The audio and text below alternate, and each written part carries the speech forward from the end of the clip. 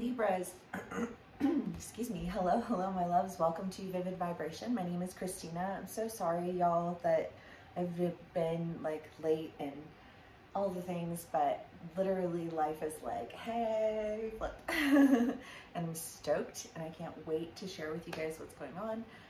But yeah, I'm just like, I'm probably gonna have a few weeks here, like where I'm not doing these like every single day. I'm still going to be on here at least a couple of times a week until we get settled in the direction. But thank you for your patience. Thank you for your support. I really do appreciate it, you guys. Okay, so leaves. We have the Desert and the Shaman, Thanatos and the Father, the Lover and the Nectar. Well, I mean, the Desert is the idea of like, it just doesn't seem real, you know, like you reach your hand out and it's a mirage, right? You know, it's like, it's an illusion. And so really and truly, you kind of have to let go of the illusion, you know, because what you're holding on to, I feel like is just this, like I almost feel like I just set myself up to fall flat on my face by holding on to the idea of an illusion. That was never going to happen for me. What was I thinking?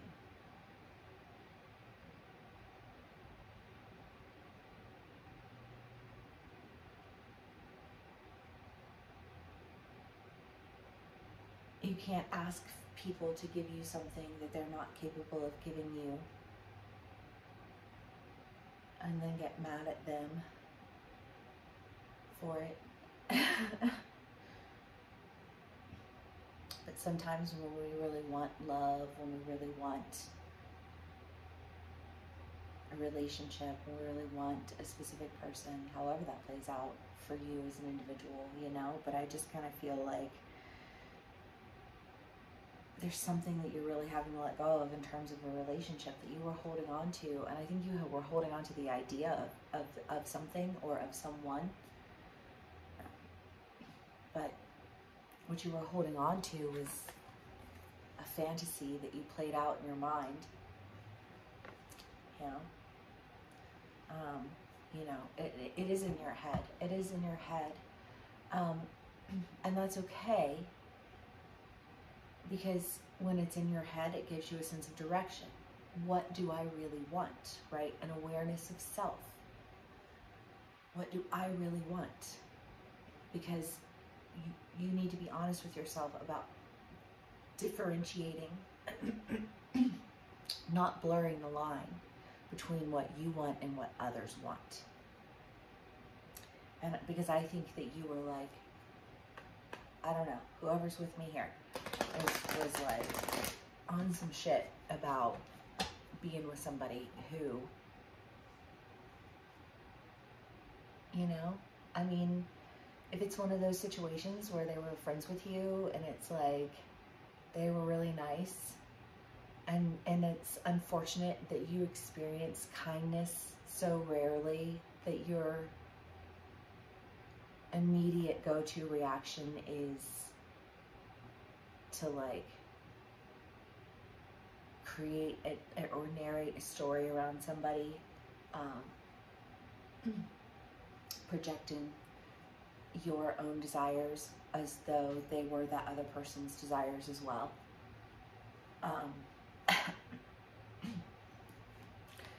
Again, general reads, these can resonate, you know, however, just, you know, take what resonates, how it resonates, and leave the rest. But what's coming through right now is just this idea of, but listen, the only people who exchange control are people who are seeking control. Do you know what I'm saying?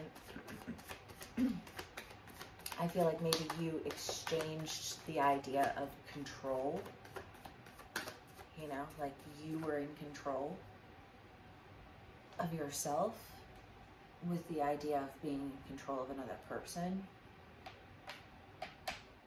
because you thought your extra sense of self-awareness was going to somehow give you an upper hand, but like, gross.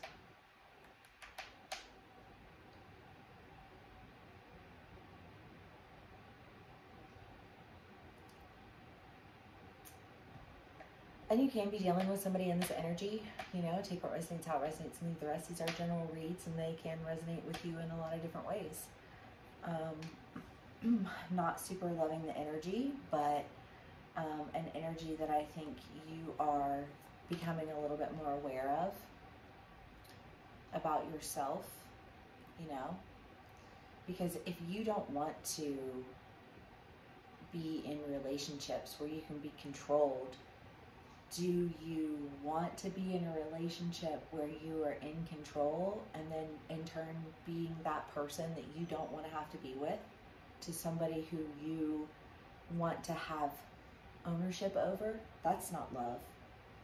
That's gross.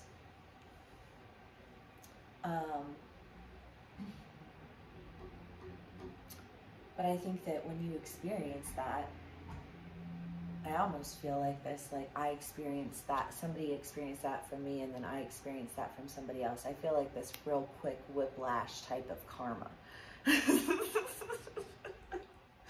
You know what I mean? And it feels like it hurt a little bit, but it made you aware. It brought you into an awareness of yourself, of what it is that you want and why it is that you want it. Because if you're honest with yourself about what you want, and you're honest with other people about what you want, then you give other people the opportunity to practice, you know, honest relationships with you, instead of situating them to experience you in forms of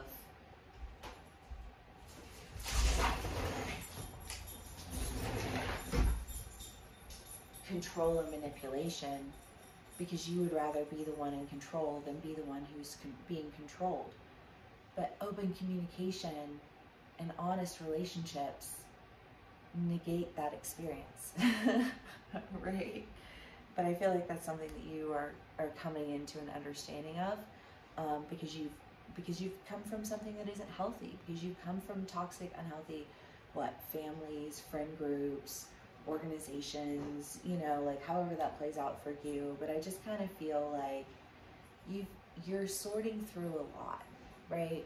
You're just sorting through a lot, and you have to practice some self-love, you know, and just like know that it's okay that we don't figure things out right away, because we do have to figure out our own insecurities before we can address those insecurities. And it doesn't make you a bad person. It doesn't make you, you know, like try to be nice to yourself, you know. I feel like you want to bounce from these extremes of like justification to like complete self-loathing. But the best thing that you can do is just like honor and recognize yourself, your own process through that story in your life, you know, and then how can you show up and be a better person? Because when you show up as a better person, you start to attract better people to you, right? Your vibe attracts your tribe. And it repulses the ones who are just not in your energy. And you're not going to want to be in that survival mentality of be the controller or be controlled, because you're going to be able to work with other people, because you're going to be able to trust other people, because you learn how to trust yourself. But anyways, I think you have a new beginning. I think you have a new opportunity that's going to be presenting itself to you after you go through this whole process of awareness about what you want and why you want it, and why I think also you approach people in a manner that is the very way that you yourself are trying to avoid being approached, you know, just like, I get it, because when you're in survival mode, it's like eat or be eaten, right? Except for that, like, if you're an eat or be eaten, you're like pit bulls, you know, like savage, not that pit bulls are savages, I was thinking of an angry one, you know, like a dog fighting arena or something. You know, like a dog from a dog arena isn't gonna play in the field nicely with the golden retrievers who've been there their whole lives. You know what I mean? Like, and they're not gonna be able to hold it down with the German shepherds who've been like holding it down their whole lives. Do you know what I mean? Like, there's just this sense of like being in an arenaed mindset, but trying to but wanting to exist in a world that doesn't involve arenas. But like you're the keeper of those, one way or another, you know, because you're in a victim villain mentality. I'm either the victim or the villain, and I don't want to be the victim, so I'll be the villain. That's not love. And what your goal was originally was love, right? You have the Queen of Swords, the King of Wands, the Eight of Pentacles, and the Five of Cups. I mean, whatever confusion there was, I don't think exists any longer. You know, I think I feel like you know what you really want, why you really want it. I feel like you're standing in a truth that says, you know, like, this is who I am, this is what I want, and I can't hide that in the hopes that I'll be able to manipulate somebody into taking it. You know, like, I need to be comfortable with my feelings. I need to be comfortable with myself. I need to know my own worth.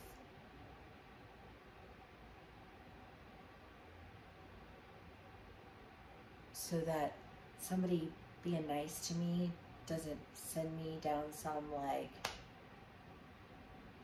shit show of like, that's kind of embarrassing. I don't know, I just feel a little embarrassed. Obviously, you can be on either side of the story. Maybe you're just embarrassed on behalf of somebody that you're just kind of like, wow, yeah, I mean, it's unfortunate that like somebody being kind to you immediately makes you think that you have control over them. Like, that's really telling of your character. You know, I don't know, I just kind of feel like gross.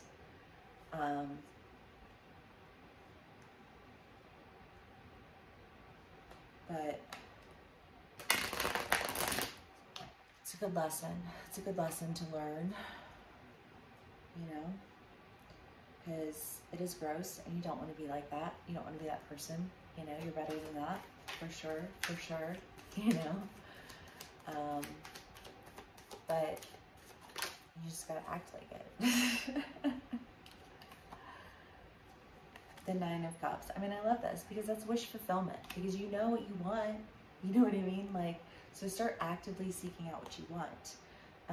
And I really don't, whatever it was that you were holding on to that maybe you have a little bit of embarrassment about right now, I don't think that is, I don't think that's gonna be your person. No, you know, because I feel like what that was a projected idea of like what your toxic relationship patterns are onto another person because they showed you kindness. Again, you can be dealing with somebody in this energy. These are general reads, but that's definitely the energy that's coming through here. And the energy that I think that you are no longer existing in. I don't know where this karma was coming from, this instant karma that kind of knocked you on your ass for a second. But I feel like ultimately whatever this experience has done for you, it's given you a little bit of a sense of hope. You know, like, because the only way we can continue to heal and develop as people emotionally and mentally and spiritually is to be comfortable enough to sit with our emotions, to be comfortable enough to acknowledge our process of growth.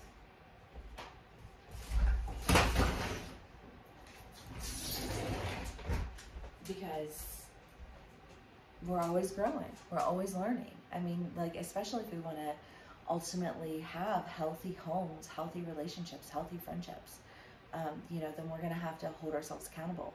You know, we're going to have to be able to say, like, this whole thing got so fucked up, and it's because I have a toxic pattern that I need to deal with. You know what I mean? And that's okay. And, you know, you should definitely have space, you know, hold space for yourself to go through that process. Allow yourself that opportunity so that you can get what it is that you really want. You know? Sorry, let me go. It's getting a toy. Anyways, thank you guys so much for spending some time with me, for sharing your energy with me. You know, if this does resonate, I'm sending you lots of love, because I know that, you know, like, sometimes these lessons are hard lessons learned.